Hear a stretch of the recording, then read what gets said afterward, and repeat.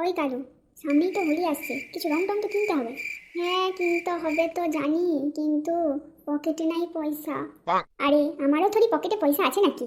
তাহলে রং কেনার কথা বললি কেন? পয়সা তো নাই তোর কাছে। আরে তোর মাথায় কি একটু বুদ্ধি নেই? আমার মাথায় না দারুণ দারুণ বুদ্ধি কাজ করে, ঠিক আছে? তা তোর গোবর মাথায় কি বুদ্ধি আছে রে? আরে ওই দিন দুটা মেয়ে পটিলবো, তারা তো সিজা গুজা যাবে, রং তো লিয়া যাবে, চলে যাবো তাদের পিছন পিছন, রং তো মাখাবে। এই যে মেয়ে পটালেও না পয়সা দরকার হয়। কেন দুদিন একটু মনকে খুশি করার জন্য বাবার পকেট থেকে টাকা চুরি করা একটু নিয়ে যাবো, তারপরে তো আমাদের আর খরচা করতে হবে না, ওরাই রং দিয়ে যাবে। তোর মাথায় তো হেভি বুদ্ধি, এই বুদ্ধিগুলো তুই কোথাও রাখু রে? তা বুদ্ধি নেই ভাবছো নাকি? তাই তো বছর বছর ফেল করি। এইসব দিকে আমার যথেষ্ট বুদ্ধি আছে। তাহলে চল চল, রাস্তায় দেখি যদি মেয়েটে ঘুরে টপাক করে ধরবো। হ্যাঁ হ্যাঁ চল চল। ওই দেখ কালু, ওই দুটো মেয়ে গল্প করছে, চল দুজনকে টপাক করে ধরি। হ্যাঁ চল চল। হ্যাঁ আরেকটা কথা বলে দিচ্ছি, ওই দেখ ফর্সা মেয়েটা, ওটা কিন্তু আমার, আর এই যে পাশে দেখ কালো করে, ওটা কিন্তু তোর, তাহলে কিন্তু ভালো মানাবে। কেন রে, তুই সবসময় ভালোটা লেলেও আমাকেও একটু দিতে পারো তো? কেন তোর বউটা কালো হলে কি ক্ষতি হবে, আর আমার বউটা ফর্সা হলে কি ক্ষতি হবে? আচ্ছা চল দেখি তো আগে।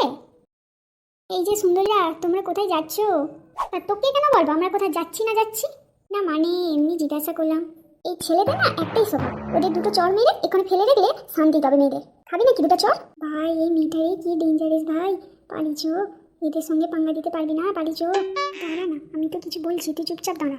বলছিলাম যে তোমরা কি এখানেই থাকো? হ্যাঁ থাকি তো। হোলি তো চলে এলো, এখানে কোথায় অনুষ্ঠান হয় তোমরা কি জানো সেটা? হ্যাঁ এই রাস্তার মোড়ে অনুষ্ঠান হয়। কেন তোমরা কি জানো না? তোমরা কি নতুন নাকি?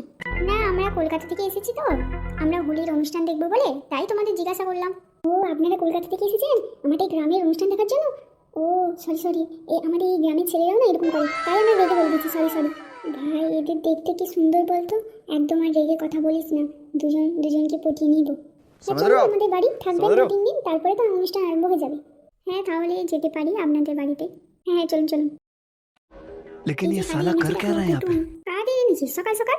বাইরে থেকে দুটো লোক এসেছে আমাদের হোলির অনুষ্ঠান দেখতে। ও তাই নাকি? তা বুঝতে বল বুঝতে বল। হ্যাঁ বাবাও চলে এসেছে, বাবাদের সঙ্গে এদের আলাপ করিয়ে দিই। ভাই এটা তো সে, আমরা কেস খেয়ে গেছি রে, কাদের মৃত্যু কোটাতে এসেছি রে।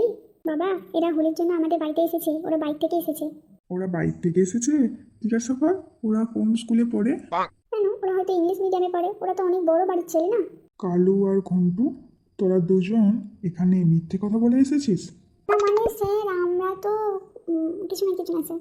বাবা তুমি ওদেরকে চেনো নাকি? হ্যাঁ ওরা তো আমাদের স্কুলেই পড়ে, সবগুলো চোর, বাবার পকেট কেটে স্কুলে সব ফুর্তি করতে আসে।